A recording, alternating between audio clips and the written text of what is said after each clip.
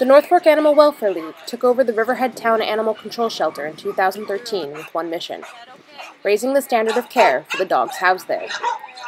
There's a difference between animal control and a rescue. This meets the standards for animal control. Does it meet our standards? Some of the more immediate improvements the League made were physical, with spruced-up office space, properly maintained kennels, and new and improved outdoor runs, which allow all the shelter's dogs to stay outside during office hours. But the biggest change has been the relationship the shelter builds with its animals, which are now trained by an on-staff trainer and socialized in playgroups, where dogs get one-on-one time to romp off-leash. If you don't socialize a dog, you can't expect a dog to get along with a lot of different situations and people. Since the takeover, the adoption rate of the shelter has improved, with 4 adoptions last week and a 96% save rate.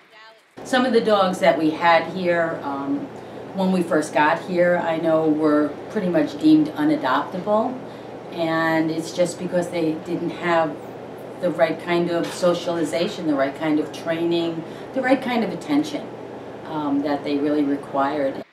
Maggie the Pit was one of those dogs. Once on the red list before the League took over the shelter, she is now the poster child for pit bulls. She's been in the shelter for 3 years, the second longest out of all the dogs that live there, and her improvement is undeniable. Maggie right here just totally ices the cake. Maggie now wears the lucky collar. She's the 5th dog to take it on, after the previous 4 were adopted after donning it. And her lucky day may soon be approaching. The shelter hopes to find homes for a lot of dogs this Saturday during the National Clear the Shelters event, when all adoptions are free. But even with the influx of adoptions an event like that can bring, the job of the shelter will be far from over. There will always be new dogs to care for, new challenges to face, and the League is making constant improvements to make sure their dogs are well trained, well cared for, and well loved, ready for their forever homes.